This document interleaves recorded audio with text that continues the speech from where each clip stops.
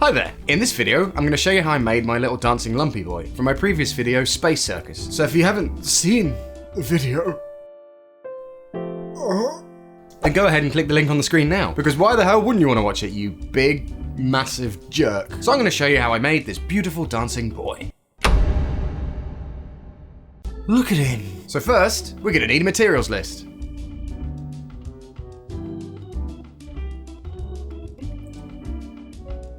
We're gonna need a materials list. Every damn time. We're gonna need a materials list. We're gonna need a materials list?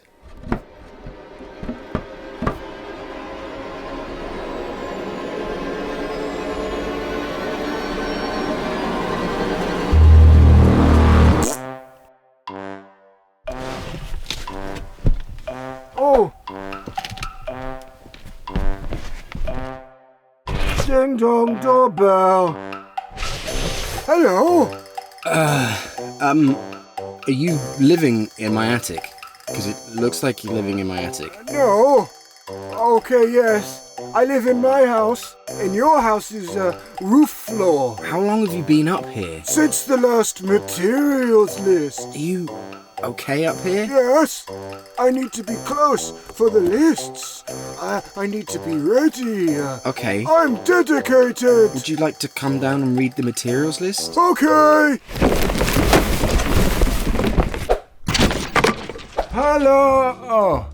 Hello. He's upstairs. He's not as nimble as me. I jumped. I read the materials now.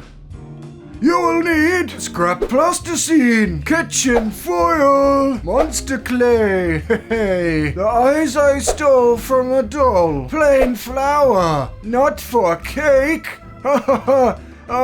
liquid latex, kissy kissy, come on, kissy kissy. Yeah, alright, I'm coming. Where is his professionalism? Finally. Was that sass? He thinks he's too big for materials now. Did you just sass me? Materials are important. Liquid latex thickener, hot glue gun. Other not hot glue. It's not cold. It's room temperature. Talcum powder, not Malcolm powder. You don't want Malcolm's powder. He smells bad. A fluffy cotton wool, like mini sheep's. Bah! Materials humor, clear nail varnish, red and yellow acrylic paints, polymorph plastic, some fabric scraps, clear satin sealer spray. I genuinely enjoy our time together. You are my best friend. Other than materials. Materials are more interesting than you. Oh, sorry. It's true. I leave now. Okay, bye. Goodbye!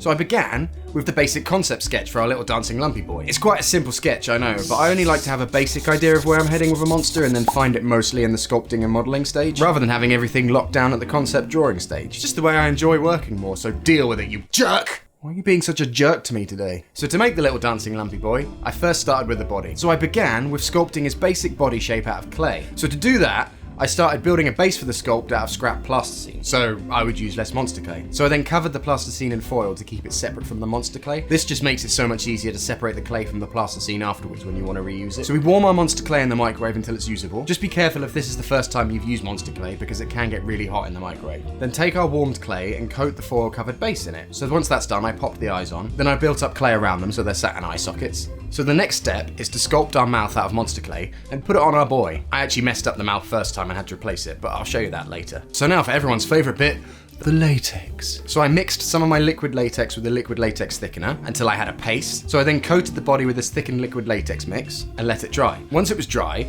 I made a mix of our plain flour and liquid latex. This creates more of a paste that you can almost sculpt with. So if you want more detail on how to make the flour and liquid latex paste, then check out my tutorial on the Genie of the Flaps, because I went into it with a bit more detail. So then I slopped the paste all over the lumpy boy, and I made the paste thick enough so it held its shape. So I created some nice meaty texture with it. And then once he'd been left to dry, I then started on the arms and legs, which I sculpted from monster clay as well. Once I was happy with these, I inserted a wire hook into the end of the arm or leg. Then I gave the arms and legs a coat of our thickened liquid latex. And the metal hook then allows me to hang them up to dry. Once the first coat had dried, I added second, and once the second coat had dried, I covered the legs and arms in talcum powder and rolled the latex off the clay. You cover it in talcum powder so the latex doesn't stick to itself. And I had to cut the latex in places to get the last bits of clay out, like in the hands and the feet.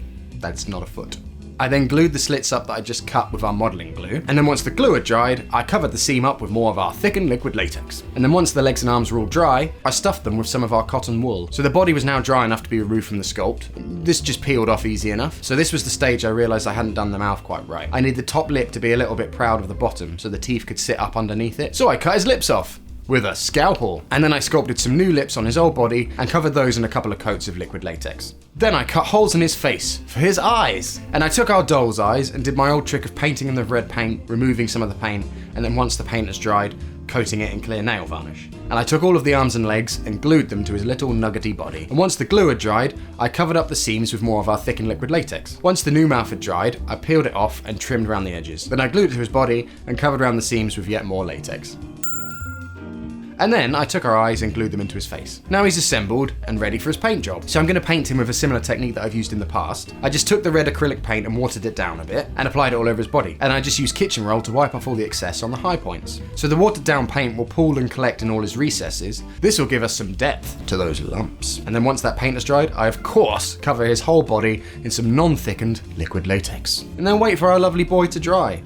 You can't rush him. At this stage I decided I wanted to go back in and add some more red to the lips, so then I waited for that to dry and then covered that in latex as well. So the next job is to make the teeth out of polymorph plastic. So as per usual, we add some polymorph plastic to a mug of water and pop it in the microwave. Also be careful with this because obviously the water can get really hot and don't do a burn on yourself. When hot, the plastic can be rolled out and made into teeth shapes. Now I've covered making teeth in previous tutorials, so if you want to know how to make teeth, just check some of those out. Once the teeth were made, I painted them light yellow and glued them into place on the mouth. And then once glued, I covered the point where the teeth leave the mouth with more of our thickened liquid latex, so it looks less like the teeth are just floating on the lip. Then once this latex had dried a bit, I then coated the teeth with clear nail varnish. Then I covered up his eyes and teeth with masking tape, and then I took him outside and gave him a coat with our satin sealer spray. The masking tape just protects the eyes and the teeth so they don't lose their gloss. Now to make his fashionable underwear. So I took a bit of our old material and cut holes and sized up where his legs would come out. So then I drew circles around these holes and cut them out to make them a bit tidier.